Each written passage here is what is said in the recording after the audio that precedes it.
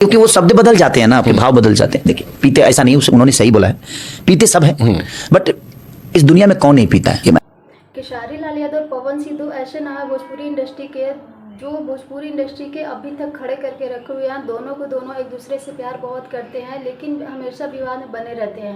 नमस्कार दोस्तों, राधे राधे। आइयो को आपसे लगे अच्छे होंगे, मस्त होंगे, स्वस्थ होंगे। अगर चैनल पर नया है तो चैनल सब्सक्राइब करके प्यारा से लाइक कमेंट जरूर करें।